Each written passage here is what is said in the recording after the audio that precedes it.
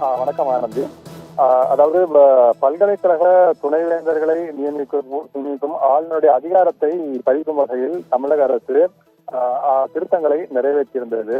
துணைவேந்தர்களை நியமிக்கும் ஆளுநரின் அதிகாரத்தை மாநில அரசுக்கு தமிழக அரசு மாற்றியது சர்ச்சையான ஒரு விஷயமாக இருந்து கொண்டிருந்தது. தமிழக அரசின் இந்த திருத்தங்களை எதிர்த்து சென்னை உயர்நீதிமன்றத்தில் வழக்கு தொடரப்பட்டது. சென்னையை சேர்ந்த கே. வெங்கடாச்சலபதி என்பவர் துணைவேந்தர்களை நியமிக்கும் ஆளுநரின் அதிகாரத்தை மாநில அரசுக்கு மாற்றி கொண்டு வரப்பட்ட அனைத்து திருத்த சட்டங்களையும் செல்லாததாக அறிவிக்க வேண்டும் என கோரி மனு தாக்கல் செய்தார்.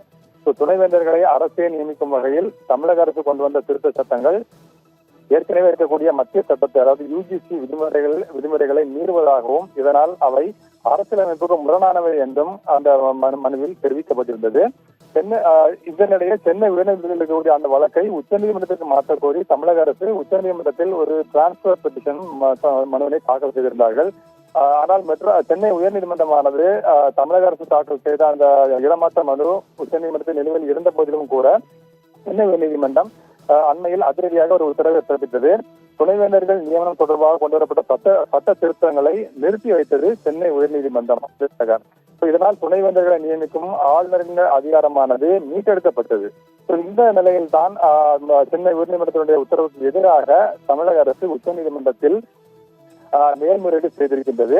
அந்த வழக்கு உச்சநீதிமன்றத்தில் இன்று விசாரணைக்கு வந்தது. அப்பொழுதுதான் இந்த விவகாரத்தில் தற்பொழுது நோட்டீஸ் அனுப்பப்பட்டிருக்கின்றது. உச்சநீதிமன்றத்தை பொறுத்தவரையில் இந்த விடுமுறை கால அமர்வில் இந்த வழக்காக விசாரணைக்கு வந்தது. அப்பொழுது தமிழக அரசு சார்பில் இந்த ஏற்கனவே சென்னை உயர்நீதிமன்றத்தில் இருக்கக்கூடிய அந்த வழக்கிற்கு தடை விதிக்க வேண்டும் என்றும் சென்னை உயர்நீதிமன்றம் பிறப்பித்த உத்தரவுக்கு தடை விதிக்க வேண்டும் என்றும் தமிழக அரசு சார்பில் கோரிக்கை வைக்கப்பட்டது.